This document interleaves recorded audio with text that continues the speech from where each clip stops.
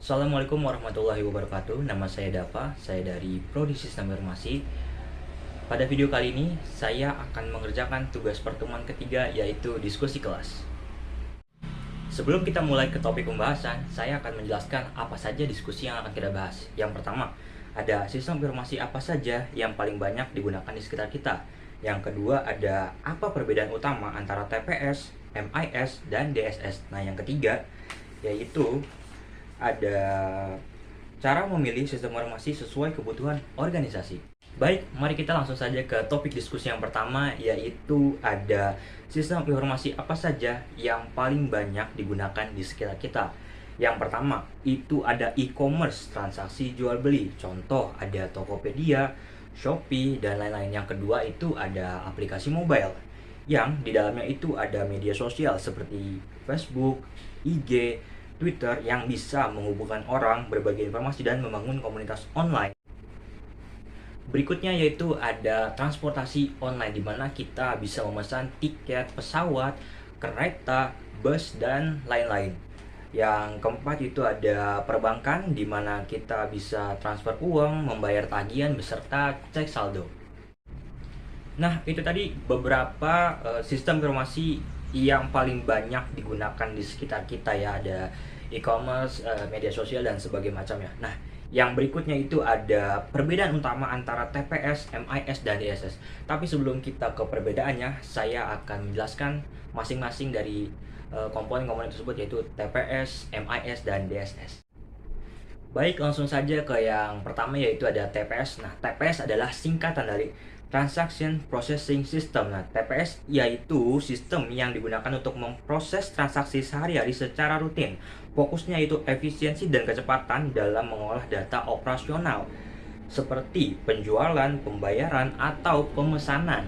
Ciri-cirinya real-time, berulang, dan terstruktur.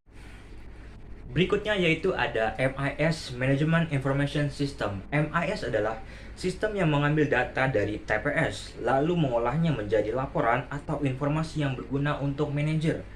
Tujuannya untuk pengambilan keputusan tingkat menengah, seperti perencanaan atau pengendalian. Nah, ciri-cirinya yaitu berbasis data historis, terjadwal, dan memberikan ringkasan. Nah, selanjutnya yaitu ada DSS, Decision Support System. DSS adalah sistem yang dirancang untuk membantu pengambilan keputusan yang lebih kompleks dan tidak terstruktur.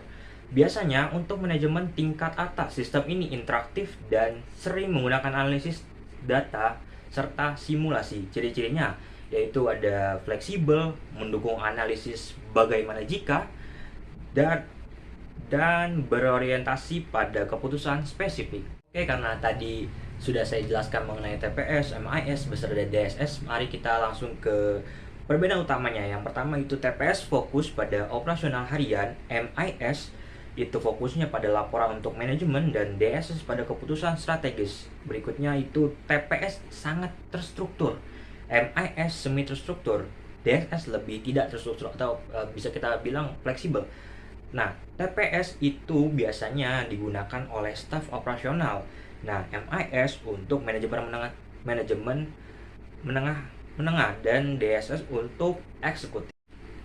Topik kedua sudah saya bahas, yaitu mengenai perbedaan antara TPS, MIS, beserta DSS. Nah, komponen-komponen tadi merupakan juga penunjang dari sistem informasi yang ada di sekitar kita, seperti aplikasi online, e-commerce, perbankan, maupun transportasi online. Oke, langsung saja kita ke topik yang ketiga atau yang terakhir, bagaimana cara memilih sistem informasi yang sesuai kebutuhan organisasi. Apa aja sih kira-kira poin-poinnya? Nah, yang pertama yaitu tentukan tujuan dahulu. Nah, otomatisasi itu bisa menggunakan TPS, kalau laporan itu MIS. Nah, kalau untuk keputusan itu DSS. Berikutnya kenali kebutuhannya. Kira-kira butuhnya untuk apa sih? Dan jangan lupa libatkan tim. Yang berikutnya, cek sumber daya, anggaran, teknologi, dan skill karyawan. Keempat, yaitu sesuaikan skala.